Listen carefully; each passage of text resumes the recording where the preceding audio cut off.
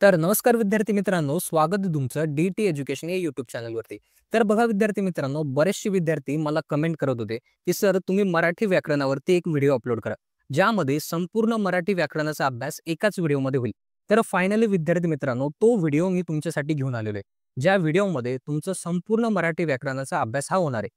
तर बघा आजचा हा व्हिडिओ बघितल्यानंतर तुम्हाला मराठी विषयातील भाषा अभ्यास किंवा व्याकरण विभागातील 16 गुण तुमचे पक्के होणार आहेत. कारण बघा आजच्या व्हिडिओमध्ये जे घटक आपण अभ्यासणार आहोत, जे प्रश्न आपण बघणार आहोत, तेच प्रश्न तुम्हाला परीक्षेसाठी महत्त्वाचे असणार आहेत किंवा तेच प्रश्न तुम्हाला परीक्षेमध्ये विचारले जाणार आहेत. याची मी 100% तुम्हाला हमी देतो. त्यामुळे व्हिडिओ काळजीपूर्वक व शेवटपर्यंत नक्की बघा. जर तुम्ही आपल्या ह्या चॅनलवरती नवीन असाल तर चॅनललाही नक्की सबस्क्राईब करा. तर बघा विद्यार्थी मित्रांनो, तुम्हाला मराठी विषयाच्या पेपरमध्ये विभाग 4 भाषा अभ्यास ह्या विभागामध्ये तुम्हाला व्याकरणावरती प्रश्न हे विचारले जातात. तर बघा हे प्रश्न एकूण 16 गुणांसाठीचे असतात. या विभागामध्ये तुम्हाला 2 प्रश्न विचारले जातात. प्रश्न क्रमांक 4 आणि प्रश्न क्रमांक 4 हे दोन्हीही प्रश्न तुम्हाला 8-8 गुणांसाठीचे असतात. यामध्ये बघा प्रश्न क्रमांक 4 मध्ये व्याकरण कृतीवरती आधारित तुम्हाला प्रश्न विचारले जातात आणि प्रश्न क्रमांक 4 मध्ये तुम्हाला भाषिक कृतीवरती प्रश्न हे विचारले जातात. ज्यामध्ये बघा तुम्हाला व्याकरण कृतीमध्ये समास, शब्दसिद्धी आणि वाक्प्रचार हे 3 घटक तुम्हाला अभ्यासायचे असणार आहेत आणि भाषिक कृतीमध्ये तुम्हाला शब्दसंपत्ती, लेखन नियम, विरामचिन्हे आणि पारिभाषिक शब्द असे 4 घटक तुम्हाला भाषिक कृतीमध्ये अभ्यासायचे असणार आहेत. तर बघा विभाग 4 भाषा अभ्यास या विभागामध्ये तुम्हाला एकूण 7 घटकांचा अभ्यास करायचा आहे. ज्यामध्ये व्याकरण कृतीमध्ये 3 घटक आणि भाषिक कृतीमध्ये 4 घटक असा एकूण 7 घटकांचा अभ्यास तुम्हाला करायचा असणार आहे. आता बघा आपण एक एक घटक हा आपण अभ्यासणार आहोत. तर बघा विद्यार्थी मित्रांनो, तुमचा पहिला घटक आहे समास. तर बघा तुम्हाला इयत्ता 10वी समासाचे एकूण 5 प्रकार अभ्यासायचे आहेत. ज्यामध्ये 2 मुख्य समास आणि 3 मुख्य समासाचे उपप्रकार असा एकूण 5 समासांचा अभ्यास तुम्हाला करायचा असणार आहे. ज्यामध्ये बघा पहिला समास आहे आपला कर्मधारय समास. त्यानंतर दुसरा समास आहे आपला द्विगु समास. त्यानंतर तिसरा मुख्य समास आहे आपला द्वंद्व समास आणि द्वंद्व समासाचे आणखी 3 उपप्रकार पडतात. ते 3 उपप्रकार आपल्याला अभ्यासायचे. ज्यामध्ये बघा इतरेतर द्वंद्व समास, वैकल्पिक द्वंद्व समास आणि समाहार द्वंद्व समास असा एकूण 5 समासांचा अभ्यास आपल्याला करायचा असणार आहे. आता आपण एक एक समास समजून घेऊया. तर बघा आपला पहिला समास आहे कर्मधारय समास. आता बघा कर्मधारय समास कशा पद्धतीने ओळखला जातो किंवा कर्मधारय समास नेमका काय असतो. तर बघा ज्या सामासिक शब्दाचा विग्रह असे, असा आणि सारखे या शब्दांनी जोडलेला असतो त्याला आपण कर्मधारय समास असं म्हणतो. उदाहरणार्थ बघा सामासिक शब्द आहे नीलकमल. तर बघा ह्या सामासिक शब्दाचा विग्रह कसा होतो, नील असे कमल. तर हा तुमचा कर्मधारय समास असणार आहे. त्यानंतर आणखी एक उदाहरण महाराष्ट्र, महान असे राष्ट्र असा या सामासिक शब्दाचा विग्रह होतो. तर हा देखील तुमचा कर्मधारय समास असणार आहे. त्यानंतर बघा पांढरा शुभ्र याचा विग्रह कसा होतो, शुभ्र असा पांढरा. तर हा देखील तुमचा कर्मधारय समास असणार आहे. तर बघा उर्वरित सर्व उदाहरण तुमची कर्मधारय समासाची आहेत. तर बघा ही सर्व उदाहरण तुम्हाला अभ्यासायची असणार आहेत. कारण बघा जे उदाहरण आपण आजच्या व्हिडिओमध्ये घेणार आहोत किंवा बघणार आहोत तेच उदाहरण तुम्हाला परीक्षेसाठी महत्त्वाचे असणार आहेत. तर बघा आपण बघितला कर्मधारय समास. तर बघा कर्मधारय समास कसा ओळखायचा, तर ज्या सामासिक शब्दाचा विग्रह असे, असा आणि सारखे ह्या शब्दाने जोडलेला असतो त्याला आपण कर्मधारय समास असं म्हणतो. तर बघा हा होता आपला पहिला समास. यानंतर बघा तुमचा दुसरा समास आहे द्विगु समास. आता बघा द्विगु समास कशा पद्धतीने ओळखायचा, तर बघा अगदी सोप्या पद्धतीने द्विगु समास ओळखता येतो. तर बघा ज्या सामासिक शब्दाचा विग्रह समूहदर्शक शब्दासारखा होतो त्याला आपण द्विगु समास असं म्हणतो. उदाहरणार्थ बघा पंचारती. तर बघा ह्या सामासिक शब्दाचा विग्रह कसा होतो, 5 आरत्यांचा समूह हा तुमचा द्विगु समास असणार आहे. त्यानंतर बघा दुसरा सामासिक शब्द आहे त्रिभुवन. याचा विग्रह कसा होतो, 3 भुवनांचा समूह हा देखील तुमचा द्विगु समास असणार आहे. त्यानंतर बघा 9 रात्र, 9 रात्रींचा समूह असा या सामासिक शब्दाचा विग्रह होतो. तर हा देखील तुमचा द्विगु समास असणार आहे. तर बघा उर्वरित सर्व उदाहरणं तुमची ही द्विगु समासाची आहेत. तर बघा द्विगु समास कशा पद्धतीने ओळखायचा, तर ज्या सामासिक शब्दाचा विग्रह समूहदर्शक शब्दासारखा होतो त्याला आपण द्विगु समास असं म्हणतो. यानंतर बघा आपला पुढचा समास आहे द्वंद्व समास. आता बघा द्वंद्व समासाचे आपल्याला 3 उपप्रकार अभ्यासायचे आहेत.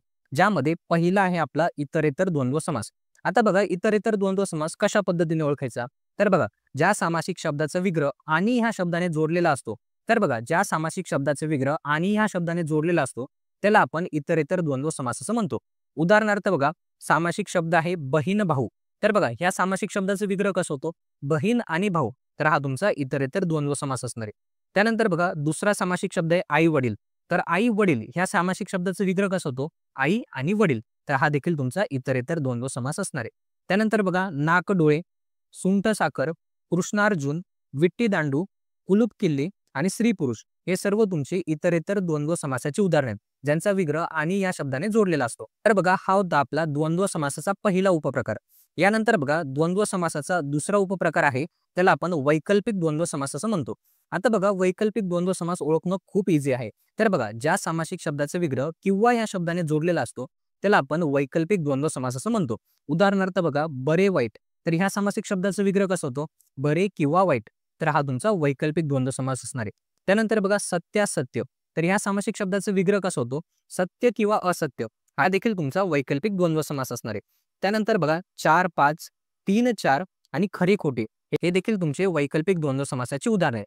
तर बघा वैकल्पिक द्वंद्व समास आपण अभ्यासला तर कशा पद्धतीने ओळखायचा असतो, तर ज्या सामासिक शब्दाचा विग्रह किंवा या शब्दाने जोडलेला असतो त्याला आपण वैकल्पिक द्वंद्व समास असं म्हणतो. यानंतर बघा आपला पुढचा आणि द्वंद्व समासाचा तिसरा उपप्रकार आहे, त्याला आपण समाहार द्वंद्व समास असं म्हणतो. तर बघा समाहार द्वंद्व समास ओळखणं देखील खूप सोपं आहे. तर कशा पद्धतीने ओळखला जातो, तर बघा ज्या सामासिक शब्दाचा विग्रह वगैरे ह्या शब्दाने जोडलेला असतो त्याला आपण समाहार द्वंद्व समास असं म्हणतो. उदाहरणार्थ बघा अंथरूण पांघरून, तसं याचा विग्रह कसा होतो, अंथरूण पांघरून वगैरे.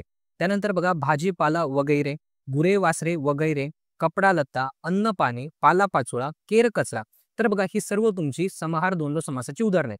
तर बघा समाहार द्वंद्व समास ओळखणं खूप सोपं आहे. तर बघा आपण पाचीच्या पाची समास खूप सोप्या आणि सरळ पद्धतीने समजून घेतले. आता बघा तुम्हाला बोर्डाच्या परीक्षेमध्ये समास या घटकावरती कशा पद्धतीचे प्रश्न विचारले जातात ते आता आपण बघूया. तर बघा सर्वात प्रथम आपण 2025च्या परीक्षेमध्ये समास या घटकावरती कसा प्रश्न तुम्हाला विचारला गेला होता तो आता आपण अभ्यासूया. तर बघा प्रश्न होता योग्य जोड्या लावा. तर बघा हा प्रश्न 2025च्या मराठी विषयाच्या प्रश्नपत्रिकेत तुम्हाला विचारला गेलेला आहे. तर बघा प्रश्न कशा पद्धतीने होता, तर तुम्हाला एका बाजूला सामासिक शब्द दिले होते आणि दुसऱ्या बाजूला समासाचं नाव दिलं होतं. तुम्हाला फक्त योग्य जोड्या ह्या जुळवायच्या होत्या.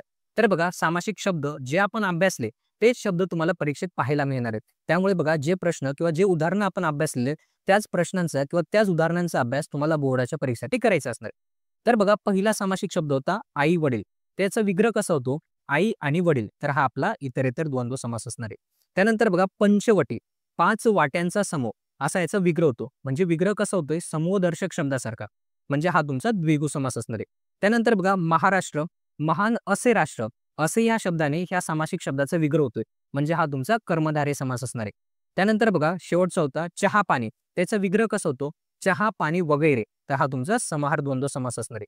तर बघा 2 गुणांसाठी किती सोपा प्रश्न तुम्हाला परीक्षेत विचारला गेला होता. यानंतर बघा 2024च्या परीक्षेमध्ये तुम्हाला कसा प्रश्न विचारला होता ते आता आपण बघूया. तर बघा खालील तक्ता पूर्ण करा, असा हा तुमचा प्रश्न होता. तर बघा 2024च्या परीक्षेमध्ये हा प्रश्न तुम्हाला आलेला होता. यामध्ये बघा सामासिक शब्द दिले होते आणि समोर समासाचं नाव तुम्हाला लिहायचं होतं. तर बघा पहिला सामासिक शब्द होता विट्टी दांडू, त्याचा विग्रह कसा होतो, विट्टी आणि दांडू, तर हा तुमचा इतरेतर द्वंद्व समास असणार आहे. त्यानंतर बघा दुसरा शब्द होता नीलकमल, त्याचा विग्रह कसा होतो, नील असे कमल, तर हा तुमचा कर्मधारय समास असणार आहे. त्यानंतर बघा तिसरा शब्द होता पंचपाळे, 5 पाळ्यांचा समूह, तर हा तुमचा द्विगु समास असणार आहे. त्यानंतर बघा भाजीपाला, तर भाजीपाला वगैरे असा या सामासिक शब्दाचा विग्रह होतो, तर हा तुमचा समाहार द्वंद्व समास असणार आहे. तर बघा अशा पद्धतीने तुम्हाला योग्य समासाचं नाव तक्त्यामध्ये लिहायचं होतं. तर बघा हा देखील प्रश्न तुम्हाला 2 गुणांसाठी खूप सोपा प्रश्न परीक्षेत विचारला गेला होता. यानंतर बघा 2023च्या परीक्षेमध्ये समासावरती कशा पद्धतीचा प्रश्न होता तो आता आपण बघूया. तर बघा खालील तक्ता पूर्ण करा, असा हा प्रश्न होता. यामध्ये बघा तुम्हाला सामासिक शब्द दिला होता आणि समोर समासाचं नाव तुम्हाला लिहायचं होतं. तर बघा पहिला शब्द होता भाजीपाला, तर याचा विग्रह कसा होतो, भाजीपाला वगैरे, तर हा तुमचा समाहार द्वंद्व समास असणार आहे. त्यानंतर बघा कमलनयन, तर बघा ह्या सामासिक शब्दाचा विग्रह कसा होतो, कमलासारखे नयन, म्हणजे हा तुमचा काय असणार आहे, कर्मधारय समास असणार आहे. तर बघा अशा पद्धतीने 2023च्या परीक्षेमध्ये समासावरती प्रश्न तुम्हाला विचारला गेला होता. यानंतर बघा 2022च्या परीक्षेमध्ये कशा पद्धतीचा प्रश्न होता ते आता आपण बघूया. तर बघा खालील तक्ता पूर्ण करा, हा तुमचा प्रश्न होता. यामध्ये बघा सामासिक शब्द आणि समोर समासाचं नाव तुम्हाला लिहायचं होतं. तर बघा पहिला शब्द होता त्रिभुवन, त्याचा विग्रह कसा होतो, 3 भुवनांचा समूह, त्याचे योग्य उत्तर काय असणार आहे, द्विगु समास. त्यानंतर बघा दुसरा शब्द होता पुरुषोत्तम, त्याचा विग्रह कसा होतो, उत्तम असा पुरुष, तर हा तुमचा कर्मधारय समास असणार आहे. तर बघा अशा पद्धतीने तुम्हाला तक्त्यामध्ये योग्य समासाचं नाव लिहायचं होतं. तर हा प्रश्न तुम्हाला 2022च्या परीक्षेमध्ये विचारला होता. तर बघा विद्यार्थी मित्रांनो, आतापर्यंत आपण समास हा घटक अभ्यासला. त्यानंतर बघा विद्यार्थी मित्रांनो, आपण पुढचा घटक अभ्यासणार आहोत, तो आहे शब्दसिद्धी. तर बघा व्याकरण कृतीमध्ये तुम्हाला दुसरा उपप्रश्न विचारला जातो शब्दसिद्धीवरती. हा प्रश्न तुम्हाला 2 गुणांसाठी असतो. तर बघा शब्दसिद्धी हा खूप सोपा घटक आहे आणि ह्या प्रश्न प्रकारामध्ये तुमचे 2 गुण हे तुमचे फिक्स असतात. आता बघा शब्दसिद्धी म्हणजे नेमकं काय? तर बघा शब्दसिद्धीमध्ये आपल्याला उपसर्ग घटित, प्रत्यय घटित आणि अभ्यस्त या 3 शब्दांचा अभ्यास आपल्याला करायचा असतो. तर बघा उपसर्ग घटित शब्द कोणता, प्रत्यय घटित शब्द कोणता आणि अभ्यस्त शब्द कोणता, हे फक्त तुम्हाला ओळखता आलं पाहिजे आणि त्यांचं योग्य रीतीने विभाजन तुम्हाला करता आलं पाहिजे. आता बघा उपसर्ग घटित शब्द म्हणजे काय?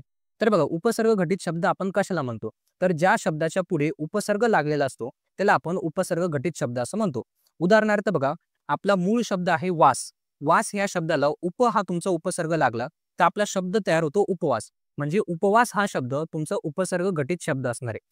त्यानंतर बघा विश्वास हा शब्द आहे. विश्वास या शब्दाला हा तुमचा उपसर्ग लागला तर हा शब्द अविश्वास असा तयार होतो. म्हणजे अविश्वास हा शब्द उपसर्ग घटित शब्द असणार आहे.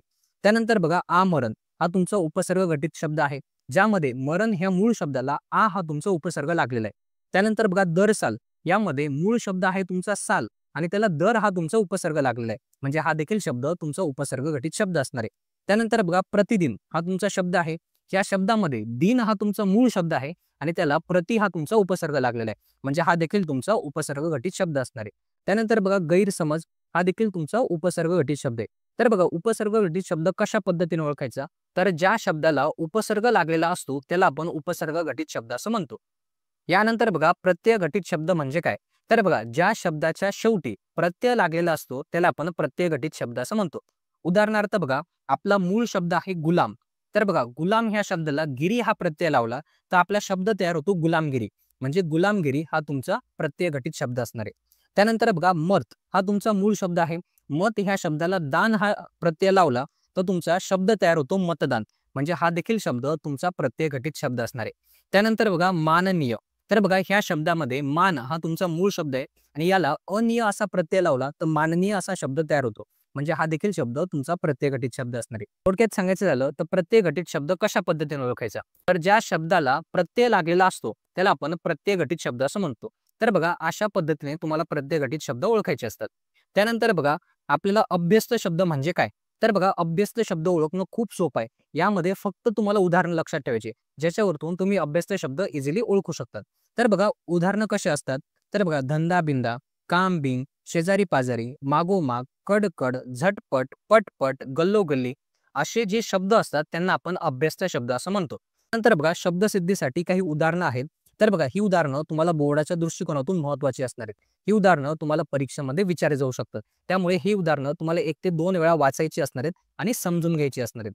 यानंतर बघा आपण शब्दसिद्धी ह्या घटकावरती मागील वर्षी बोर्डाच्या परीक्षेमध्ये कसे प्रश्न विचारले गेले होते ते प्रश्न आता आपण सोडवणार आहोत. तर बघा 2022च्या परीक्षेतला आपण प्रश्न सोडवणार आहोत. तर बघा प्रश्न होता, खालील तक्ता पूर्ण करा. तर बघा ह्या प्रश्न प्रकारामध्ये किंवा शब्दसिद्धीवरती कसा प्रश्न विचारला जातो ते आता आपण बघूया. तर बघा शब्दसिद्धीमध्ये तुम्हाला फक्त आणि फक्त विभाजन करण्यासाठी प्रश्न दिला जातो, ज्यामध्ये तुम्हाला 4 शब्द दिले जातात आणि 4 शब्दांचं योग्य रीतीने अभ्यस्त शब्द कोणता, प्रत्यय घटित शब्द कोणता आणि उपसर्ग घटित शब्द कोणता, यामध्ये तुम्हाला विभाजन हे करायचं असतं. तर बघा 2022चा प्रश्न कशा पद्धतीने होता? तर तुम्हाला खालील तक्ता पूर्ण करा अशी सूचना दिली होती आणि त्याखाली तुम्हाला 4 शब्द दिले होते आणि ह्या 4 शब्दांचं तुम्हाला विभाजन हे करायचं होतं. तर बघा पहिला शब्द होता आपल्याला अभिनंदन. तर बघा अभिनंदन ह्या शब्दाला अभि हा तुमचा उपसर्ग लागलेला आहे. म्हणजे हा शब्द काय असणार आहे? तुमचा उपसर्ग घटित शब्द असणार आहे. त्यानंतर बघा हळूहळू. तर बघा हा शब्द कसा आहे? गल्लोगल्ली, पटपट, झटपट ह्या शब्दांसारखा आहे. म्हणजे हा शब्द काय असणार आहे? तुमचा अभ्यस्त शब्द असणार आहे. यानंतर बघा तुमचा पुढचा शब्द आहे सामाजिक. तर बघा सामाजिक ह्या शब्दाला इक हा तुमचा प्रत्यय लागलेला आहे. म्हणजे हा शब्द काय असणार आहे? तुमचा प्रत्यय घटित शब्द असणार आहे. त्यानंतर बघा उपमुख्याध्यापक हा तुमचा शब्द आहे. तर बघा मुख्याध्यापक ह्या शब्दाला उप हा उपसर्ग लागलेला आहे. म्हणजे हा शब्द काय असणार आहे? तुमचा उपसर्ग घटित शब्द असणार आहे. तर बघा किती सोपा प्रश्न तुम्हाला शब्दसिद्धीवरती विचारला जातो. तर बघा ह्या प्रश्न प्रकारामध्ये तुमचे 2 गुण हे फिक्स असतात. त्यानंतर बघा 2023च्या परीक्षेमध्ये कसा प्रश्न तुम्हाला विचारला गेला होता तो प्रश्न आता आपण बघूया. तर बघा खालील तक्ता पूर्ण करा अशी तुम्हाला सूचना दिली होती आणि त्याखाली 4 शब्द तुम्हाला दिले होते. त्या शब्दांचं उपसर्ग घटित, प्रत्यय घटित आणि अभ्यस्त शब्दांमध्ये तुम्हाला विभाजन हे करायचं होतं. तर बघा पहिला शब्द होता भर दिवसा. तर बघा दिवसा ह्या शब्दाला भर हा तुमचा उपसर्ग लागलेला आहे. म्हणजे हा शब्द काय असणार आहे, तुमचा उपसर्ग घटित शब्द असणार आहे. त्यानंतर बघा लाल लाल हा तुमचा अभ्यस्त शब्द आहे. त्यानंतर बघा दुकानदार, तर बघा दुकान ह्या शब्दाला दार हा तुमचा प्रत्यय लागलेला आहे, म्हणजे हा तुमचा प्रत्यय घटित शब्द असणार आहे. त्यानंतर बघा शेवटचा शब्द आहे खटपट, तर हा देखील शब्द तुमचा अभ्यस्त शब्द असणार आहे. तर बघा अशा पद्धतीने तुम्हाला 2023च्या परीक्षेमध्ये शब्दसिद्धी ह्या घटकावरती प्रश्न हा विचारला गेला होता. यानंतर बघा 2024च्या परीक्षेमध्ये कसा प्रश्न होता तो आता आपण बघूया. तर बघा खालील तक्ता पूर्ण करा अशी तुम्हाला सूचना होती आणि त्याखाली 4 शब्द तुम्हाला दिले होते आणि त्यांचं विभाजन तुम्हाला करायचं होतं. तर बघा पहिला शब्द होता बिनचूक. तर बघा बिनचूक ह्या शब्दामध्ये चूक ह्या शब्दाला बिन हा तुमचा उपसर्ग लागलेला आहे, म्हणजे हा शब्द काय असणार आहे, तुमचा उपसर्ग घटित शब्द असणार आहे. त्यानंतर बघा जमीनदार, तर बघा ह्या शब्दाला दार हा तुमचा प्रत्यय लागलेला आहे, म्हणजे हा शब्द तुमचा प्रत्यय घटित शब्द असणार आहे. त्यानंतर बघा तीळ तीळ आणि आंबट चिंबट हे दोन्ही शब्द तुमचे अभ्यस्त शब्द असणार आहेत. तर बघा अशा पद्धतीने तुम्हाला 2024ला प्रश्न हा विचारला गेला होता. यानंतर बघा पुढचा प्रश्न 2025च्या परीक्षेमध्ये कसा प्रश्न होता.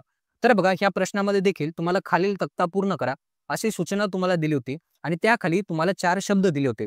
पण बघा ह्या प्रश्न प्रकारामध्ये तुम्हाला फक्त आणि फक्त उपसर्ग घटित आणि प्रत्यय घटित शब्द कोणता हे 2 शब्द तुम्हाला ओळखायचे होते किंवा त्यांचं विभाजन हे करायचं होतं. तर बघा पहिला शब्द होता भरधाव. तर बघा भरधाव ह्या शब्दाला धाव ह्या शब्दाला भर हा तुमचा उपसर्ग लागलेला आहे, म्हणजे हा शब्द काय असणार आहे, तुमचा उपसर्ग घटित शब्द असणार आहे.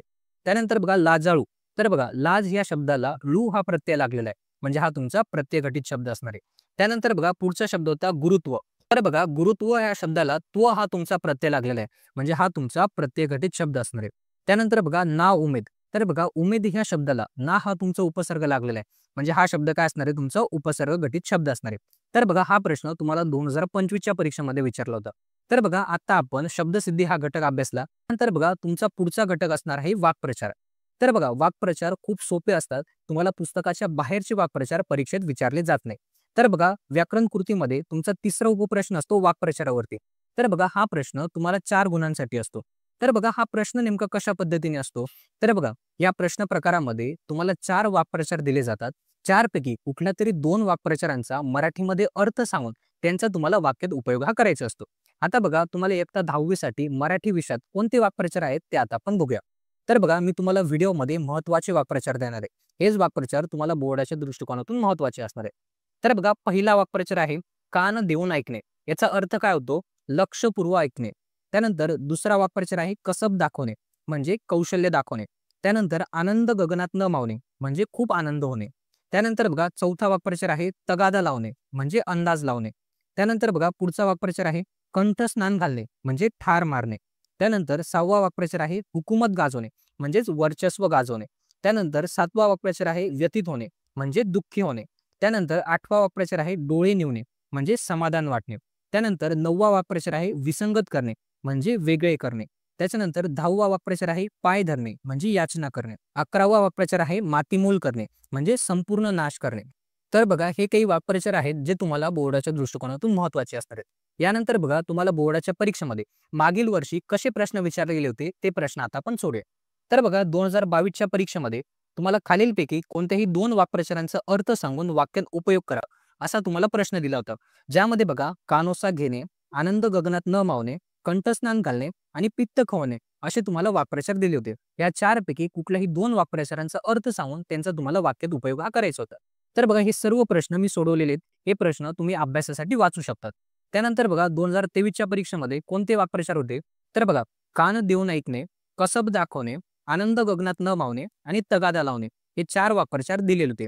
4 पैकी कुठल्याही 2 वाक्प्रचारांचा अर्थ सांगून त्यांचा वाक्यात तुम्हाला उपयोग करायचा होता.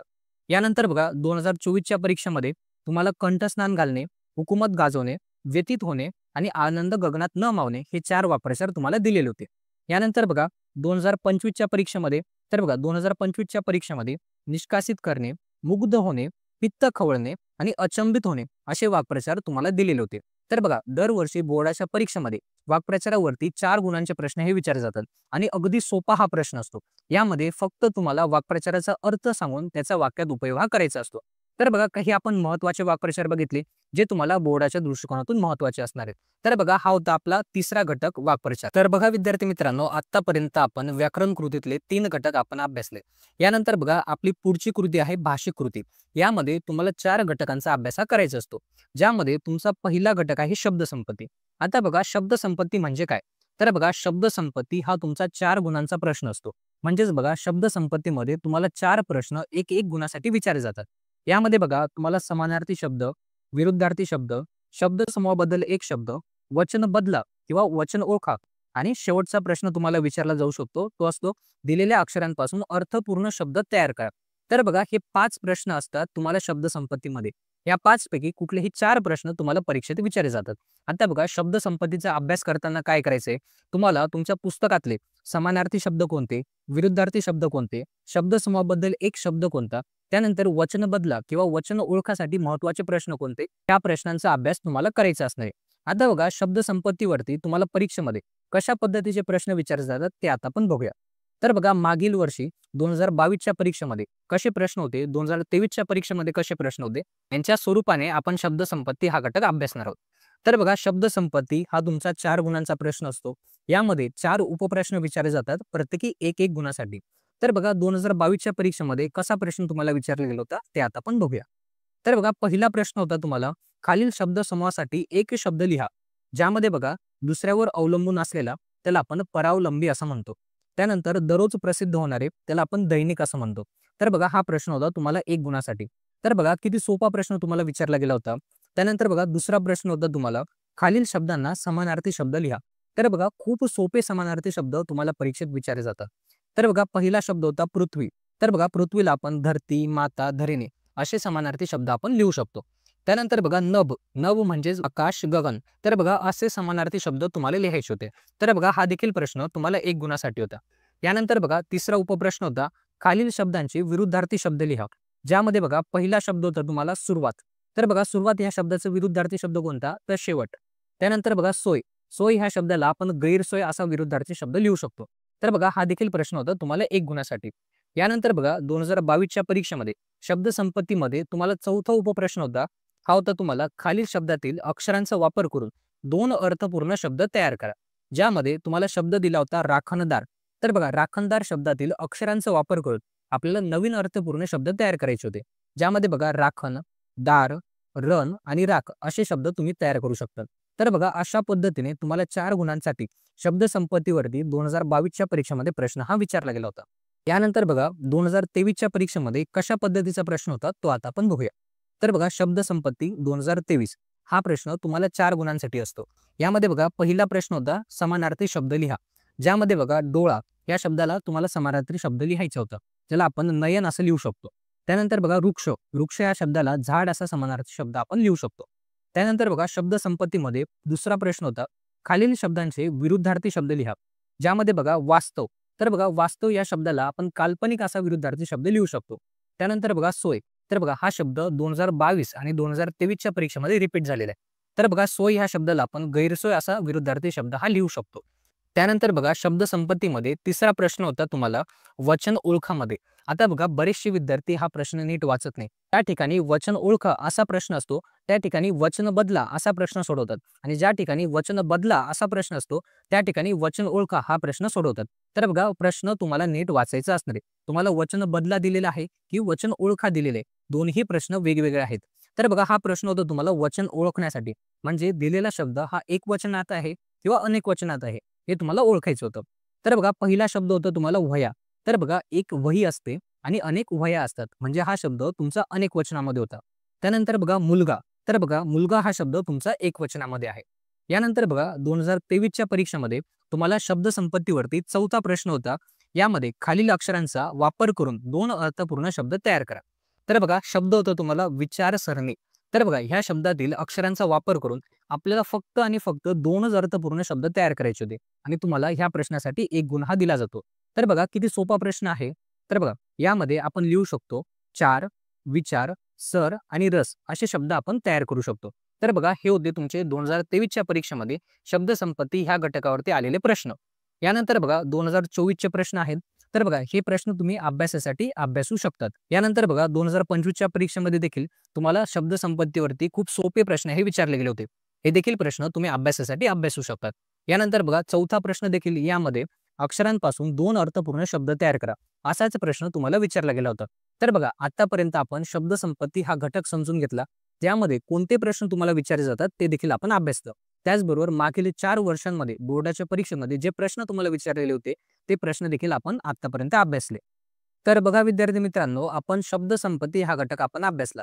यानंतर बघा प्रश्न क्रमांक 4 भाषिक कृतीमध्ये तुमचा दुसरा घटक असतो, तो असतो तुमचा लेखन नियम.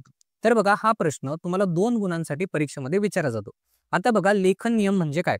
तर बघा ह्या प्रश्न प्रकारामध्ये किंवा ह्या घटकामध्ये तुम्हाला फक्त आणि फक्त शुद्ध शब्द कोणता आणि अशुद्ध शब्द कोणता हे तुम्हाला ओळखता आलं पाहिजे.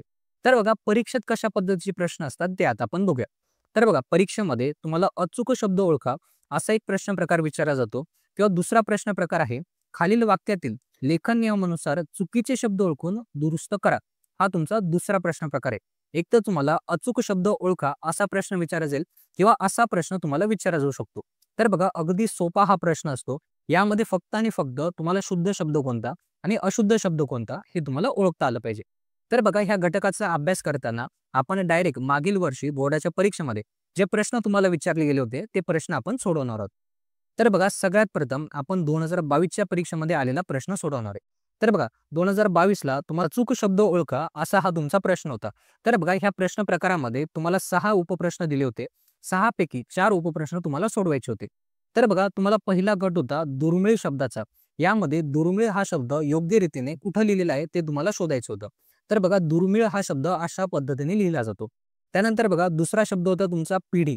तर बघा योग्य शब्द कशा पद्धतीने लिहिला जातो? तर बघा पिढी हा शब्द अशा पद्धतीने लिहिला जातो. त्यानंतर बघा तिसरा शब्द होता तुम्हाला कुटुंब. तर बघा बरेचसे विद्यार्थी कुटुंब हा शब्द लिहिताना चुकतात. कुटुंब या शब्दामध्ये दोन्ही अक्षरांना पहिला उकार असतो. त्यानंतर बघा आशीर्वाद शब्द. तर बघा बरेचसे विद्यार्थी आशीर्वाद शब्द लिहिताना देखील गोंधळ करतात. शी ह्या शब्दाला पहिली विलांटी देतात. पण बघा योग्य आशीर्वाद शब्द अशा पद्धतीने लिहिला जातो. दुसरी विलांटी असते. त्यानंतर बघा उज्ज्वल हा शब्द दिला होता. तर बघा उज्ज्वल हा शब्द योग्य रीतीने अशा पद्धतीने लिहिला जातो. त्यानंतर बघा 5वा शब्द होता तुमचा सामूहिक. तर बघा सामूहिक हा शब्द अशा पद्धतीने लिहिला जातो. तर बघा हा प्रश्न तुम्हाला 2022च्या परीक्षेमध्ये विचारला गेला होता. यानंतर बघा 2023च्या परीक्षेमध्ये तुम्हाला कसा प्रश्न होता? तर बघा 2023च्या परीक्षेमध्ये तुम्हाला 4 वाक्य दिले होते. 4 वाक्यातील अशुद्ध शब्द कोणता तो तुम्हाला ओळखायचं होतं आणि अशुद्ध शब्द दुरुस्त करून तुम्हाला वाक्य पुन्हा लिहायचं होतं. तर बघा तुमचं पहिलं वाक्य होतं. ह्या वाक्यामध्ये गिर्यारोहण हा शब्द तुमचा चुकीच्या पद्धतीने लिहिला आहे. तर बघा योग्य शब्द अशा पद्धतीने लिहिला जातो. त्यानंतर बघा दुसरं वाक्य होतं. ह्या वाक्यामध्ये तुम्हाला अलीकडे हा शब्द तुमचा चुकीच्या पद्धतीने लिहिला होता. अलीकडे हा शब्द अशा पद्धतीने लिहिला जातो. यानंतर बघा तिसरं वाक्य होतं. या वाक्यामध्ये दीपालीला हा शब्द तुमचा चुकीच्या पद्धतीने लिहिलेला आहे. तर बघा योग्य शब्द अशा पद्धतीने लिहिला जातो. त्यानंतर बघा चौथं वाक्य होतं. ह्या वाक्यामध्ये फजिती हा शब्द चुकीच्या पद्धतीने लिहिलेला आहे. तर बघा फजिती हा शब्द अशा पद्धतीने लिहिला जातो.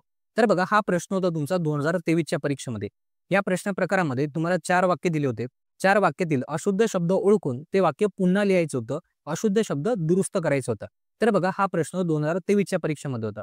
यानंतर बघा 2024च्या परीक्षेमध्ये देखील सेम प्रश्न तुम्हाला विचारला होता. तर बघा पहिलं वाक्य होतं यामध्ये महर्षी हा शब्द चुकीचा होता.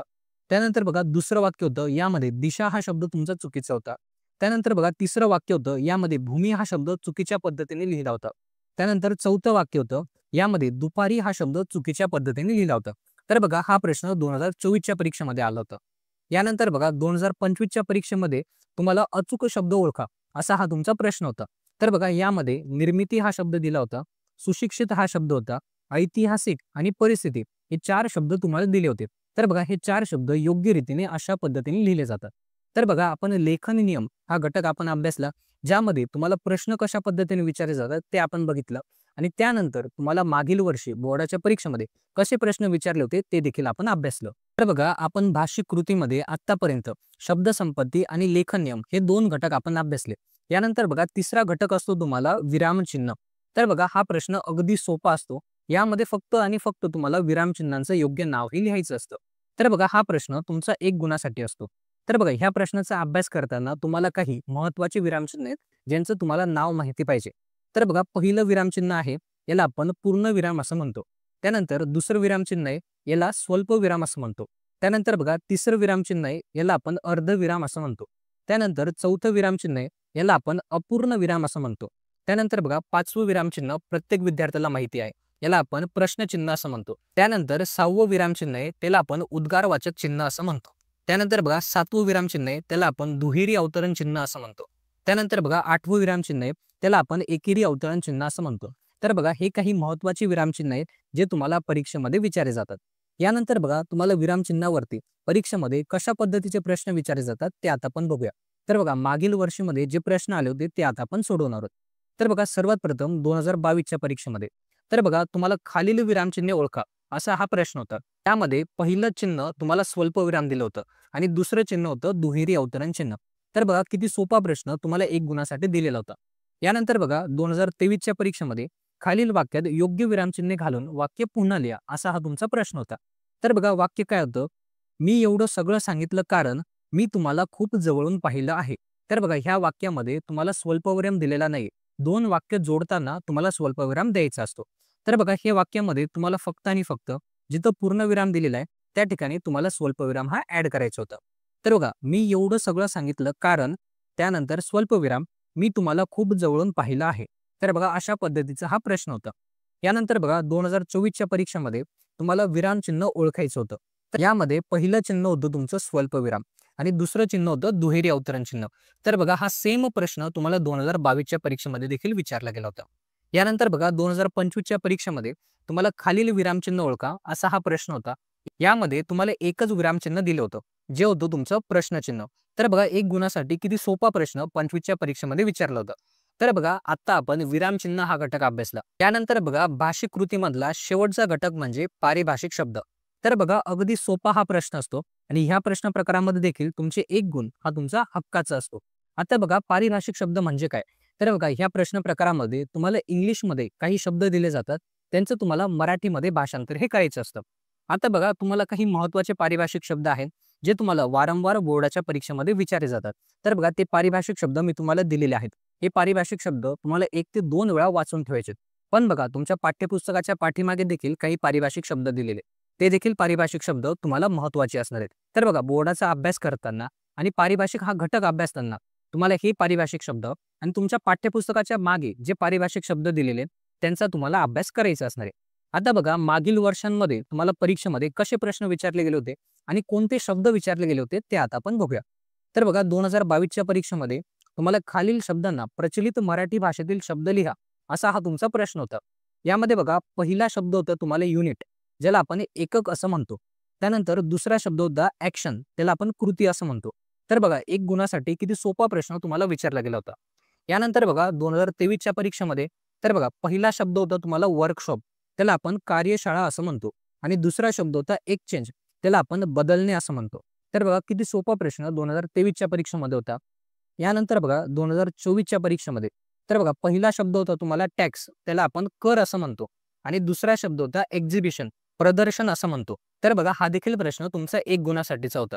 त्यानंतर बघा 25च्या परीक्षेमध्ये तुम्हाला शब्द होता ड्रामा, ड्रामा याला आपण नाटक असं म्हणतो आणि बुक स्टॉल हा तुमचा शब्द होता, ज्याला आपण पुस्तकं ठेवण्याची जागा असं म्हणतो.